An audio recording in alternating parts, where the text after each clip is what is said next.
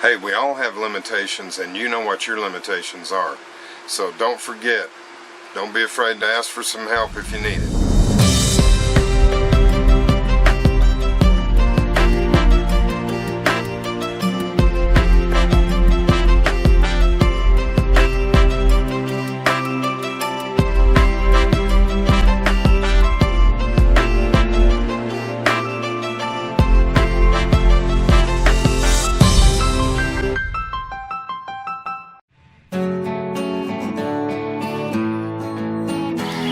You all know that I'm always looking on Craigslist for deals that are unique or something that I find that I can use, and I think that this is something that would be useful for preppers that are off-grid or people that live in a tiny home like I do. This is good for that. I found this Haier HLP21N washing machine off of Craigslist. I got it and a dryer for $50 for the both of them. And this washing machine, the current rating on it is 6 amps, which would be 600 watts, but the motor is only rated at 100 watts, so I think that would be good in off-grid situations. The thing that I really like about this little washer is the fact that it's a compact size enough I can take it in my camper. If we're going overnight, I can stick it in the back of my pickup and run it wherever it is that we go. So the compact size is good, and the current draw is outstanding. So I'm going to wash a load of clothes here and kind of show you how it works. So I've got all my whites.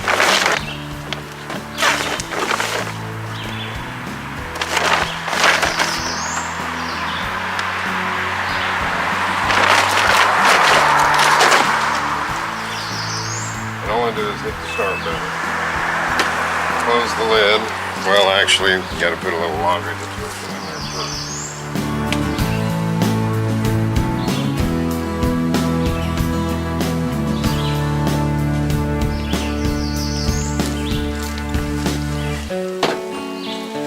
This little washing machine only uses about 150 watts of power. And it uses a standard hose bib connection, so you can hook it up to a faucet anywhere if you're in an RV park or whatever. And if you don't have access to pressurized water, you can just fill the tub up with buckets and still wash your laundry.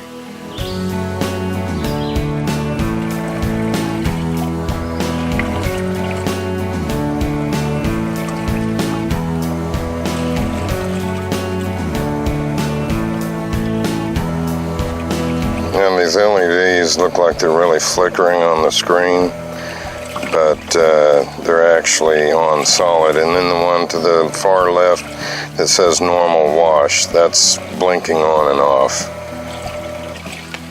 Okay, now I've got the little washing machine going here, and I hooked up my kilowatt meter so that you can see just what exactly it's drawing.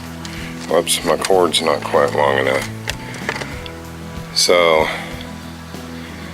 125, 139, 156, so I'd say it probably peaks out around 350 watts for a surge when the motor starts, and during a spin cycle I'll show that.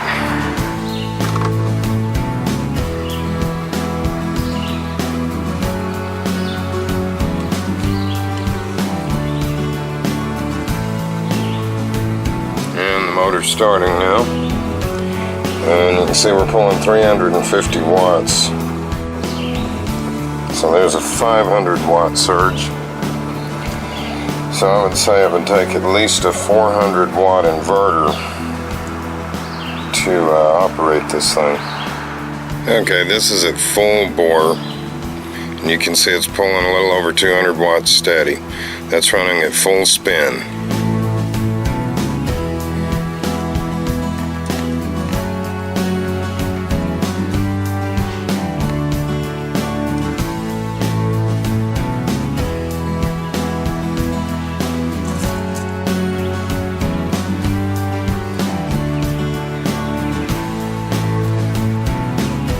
Okay, so this load of laundry here is completely finished, and I went on my kilowatt meter and I've set it to kilowatt hours so we can find out how many kilowatt hours it took to do one load of laundry. And it came out to 0.05 kilowatt hours. That's 50 watt hours. That means on a typical day take a 200-watt solar panel, and in 15 minutes of sun, you've got enough to do a load of laundry. It's pretty good. Okay, I got to thinking that everyone's going to want to ask about this dryer that I got.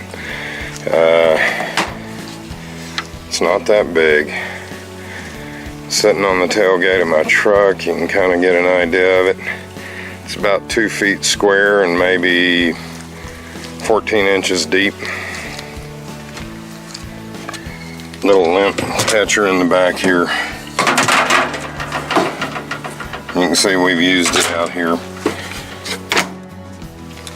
but it's just not really ideal for off-grid because it takes about 30 minutes to dry a load of clothes. For those diehards that really want to know everything about even the high consumption stuff, this dryer, I've got it on, but it's not operating, so it's powered, although it's not drying yet, and already it's pulling 3 watts, just sitting here doing nothing. Now, whenever I start it,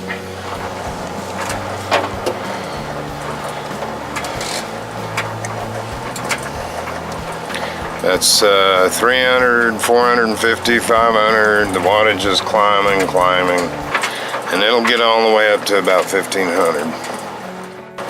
Okay, maybe not 1500, but over 1000. So we'll even track the kilowatt hours on this, and we'll have a look at it when it's done. Alright, the dryer is finished, and we're going to have a look and see what our kilowatt hours usage was. And it's 1.16 kilowatt hours. So that's how many kilowatt hours it took to dry clothes, as opposed to like 50 watt hours to wash them. 1,160 watt hours. So I don't think a dryer is worth it, but somebody it might be. But that's the pull on it. Okay, the size of the washing machine says that it holds 1 cubic feet of laundry. And this bag of mulch is 2 cubic feet, so about half of that kind of gives you an idea of how much it'll hold laundry-wise. It takes care of my needs without any issues at all. That's it for this week's video. Thanks for watching, and don't forget to subscribe to my channel. See you next week, or next month, or whenever I get to it. I always answer questions whether posted publicly or privately. See you then.